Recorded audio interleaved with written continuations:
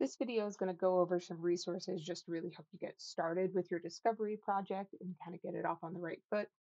One thing that we have done to make it a little bit easier is created a template file that just has some really basic wall types in it, as well as a couple of different levels and references just to kind of get you going and get you started on the right foot. So before you start your project in kind of especially that all discipline or multidiscipline template that now exists in Revit 2024, recommend instead just using this Revit template here being provided in the assignment page.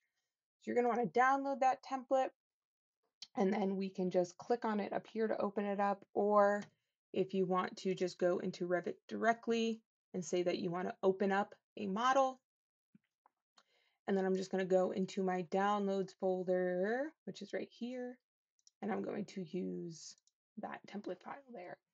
Once I get the template open, my next step should be to save a copy of it with my own kind of naming convention to it, so that this way I still always will have a blank version of this template file. So I'm going to go File, Save As, Project. I have created on my desktop, since I'm on my own computer, a version, and for some reason on my computer that always happens, but I've made like a little folder since I'm on my own desktop. If you want to save this to a flash drive, you definitely can. I don't recommend keeping stuff in your downloads folder because you are likely to forget it. And I'm going to call it BSC3710. My last name in all caps, my first name lowercase, and then I have asked for you to just name it dash whatever your house is. So I'm going to do the Eames house in these demos. So you're going to see me working on a different house, but all of those same principles are still going to apply. So I definitely could, and eventually I promise this little floor plan thing will go away. There we go. In here, there are a couple of different wall types already pre-done. So if I go into the wall tool, we've got a couple of different basic walls that we can use, and you are free in your own file to make new ones, adjust these ones as you see fit. There's a couple of different curtain walls in here, some of them with mullions already predefined, which can be helpful in some scenarios. In the Eames house, and maybe we'll show that in a later video, it's not really all that helpful for the Eames house, but it could be within yours. Um, and then there's also just a basic floor plan, a site plan. If we go into our 3D view up here, there's some levels too that are in here, but they don't necessarily have floor plans associated with them. So in the Eames house, I am going to have a first floor and a second floor. So if I wanted to make a floor plan over here for this second floor that's unreferenced, I can go into the View tab and I'll say that I want to create a plan view of a floor plan.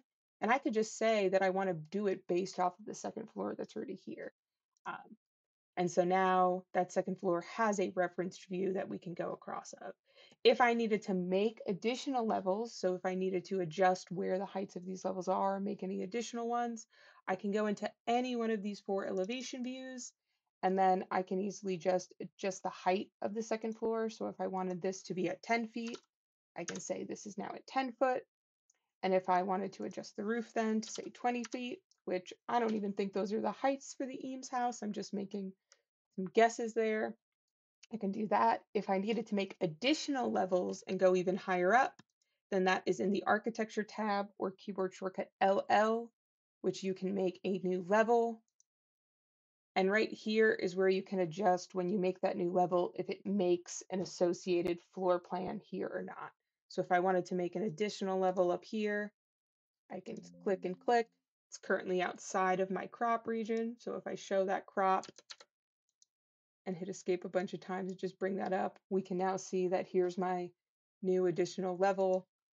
And I don't want that level, so I'm actually just going to delete it using the delete key on my keyboard. And it's warning me like, hey, we're going to delete all of those views if you delete this level. And I'll say, that's great. That's fantastic. That's exactly what I want.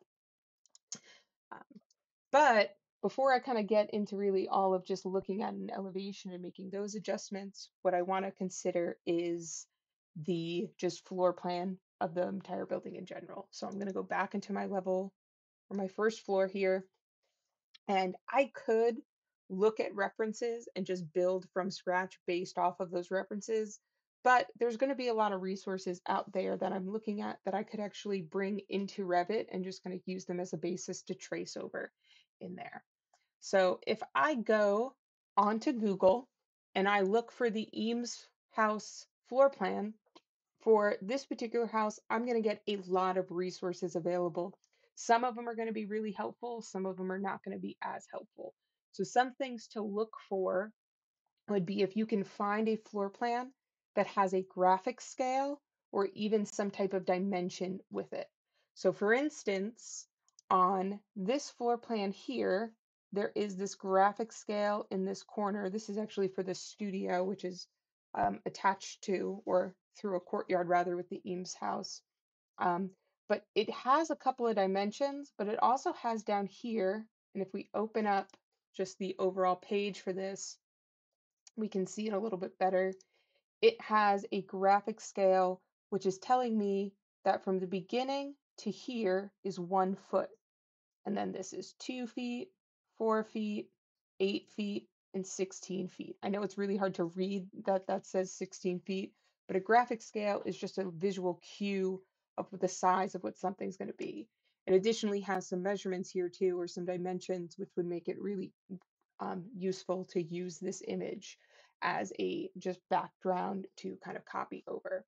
Um, this particular image for like the Eames house is coming from the Library of Congress. So like they're going to give me multiple ways to be able to like download this picture and use it. This is actually not the one that I'm going to use, but just to kind of show you a reference of like a graphic scale. Um, this here is not going to be a very useful image from it or image to use necessarily to bring in scale. These are elevations though, and they could then help me like figure out where I want my curtain wall grid placed and my mullions placed. But what's not going to be helpful about this picture is if I right click on it and I try to save it, this picture is a web page file. It is not a JPEG or a PNG, which is what I want to look for with my picture. Now, if I am in a pinch and this is like the best picture I can find and would be so helpful and useful, but I just can't get it downloaded as an image, I could use something like a screenshot. So I could use print screen, and then I could take a screenshot of this and just save it.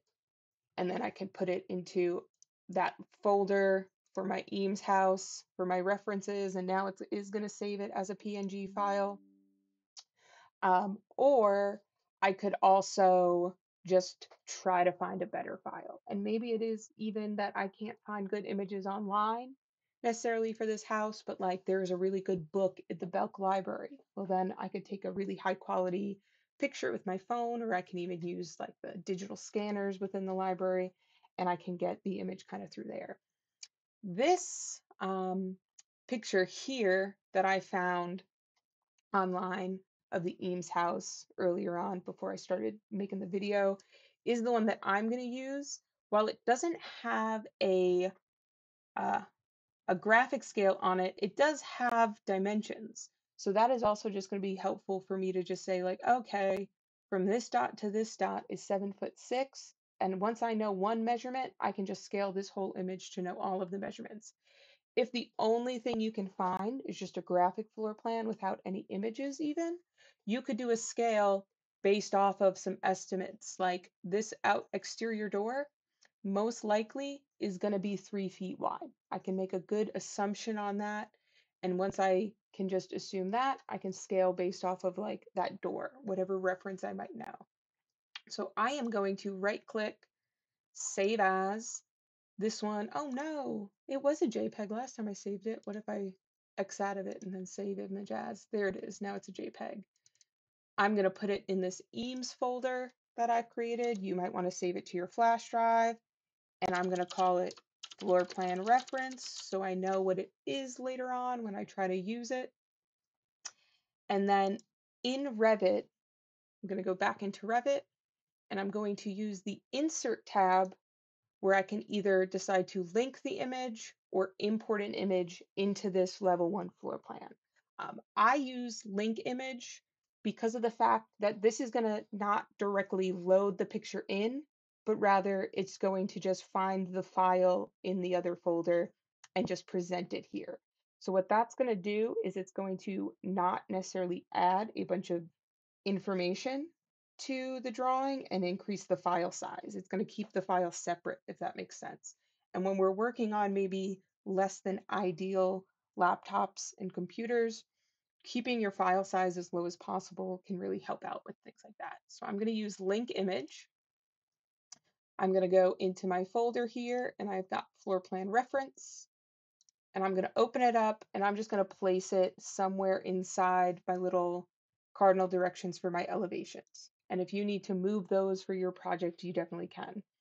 So this brought that picture in to my file, but it's not necessarily the right size. If I use the wall command, which is keyboard shortcut WA, and I try to just draw a wall from here to here, we can see that my wall is roughly 5'8" based off that witness line, and I want that wall to be 7'6". So the next thing I'm going to have to do is scale this picture to be the approximate size that I want to base everything off of. So I'm just going to hit escape a couple of times to get out of the wall tool, and then I'm going to click on this image to scale it. So I'm going to click on the picture, and then the scale tool is either going to be shortcut RE for resize in this case, or this button up here. And when we go to do a scale, we want to click on the two references we know and then type in the amount we want. So I'm going to click on the tool. I'm going to eyeball as much as I can to the center of this dot, and then to the center of the next dot. And then I'm going to say that I would like for that to be 7'6". And remember, in Revit, you don't ever have to actually use um, little annotations or markers. If I just do 7'6", it's going to automatically do 7'6", and I'll hit enter. And that has scaled my drawing up. So now that is 7'6". And if I go into the wall tool, just keyboard shortcut WA, or the architecture tab, and then right here, and if I go then to draw my wall on top, now my wall is going to be the size that I want it to be. Now with this background image, I really can just kind of use it to just trace over my building. I have shadows turned on at the moment, so that's why we're seeing a little bit more. I'll hit escape, I'll come back to this side, and I can really just use it to trace over where my walls are going to go. If those shadows are bugging you while you work, they a little bit are bugging me at the moment, but they are kind of helpful just because this image is also a little hard to see the difference between what I've drawn and what I haven't, but you can turn those shadows off right down there. If I want to put in like a big concrete wall back here for this support wall that this building has, so I'm going to do, I'll just do this. Maybe I'll do this retaining 12-inch concrete. And that way, like, I can just have a wall to just draw on top of each thing as I'm going. So I can really kind of look and see and just almost trace over this picture that I've been able to import in for it. One thing to kind of keep in mind with this building, if I go look at it 3D, is that like I didn't set any heights for these walls when I did them. They are just unconnected 8-foot tall. So I can also come in here and just say like, I want these to go up to that roof level. If I wanted to hit all of them at once, I can use the tab key to select this whole chain and adjust something like the top constraint to the roof. Let me go back to my first floor plan. And then like with these walls here, when I go to trace over them, I'll go back into my wall tool. I'm going to just do an interior, probably just this 4.5 partition will work just fine. And like what would make sense is to kind of track these constraints beforehand. So like say, I only want these to go up to the second floor, and then go in and start adding in some of my walls. So through being just importing this picture, I'm able to kind of just trace over and get a good sense of the building without having to really put in an incredible amount of work to get everything started. My next step would be to kind of go and play around with my curtain walls. Well, of course, too, I would have to then import the picture onto the second level and do my studio space here. But my next step of playing around with my curtain walls, I'm actually going to wait to do into a different video. So just kind of to get you started and how to take a picture and import it in here as you're working.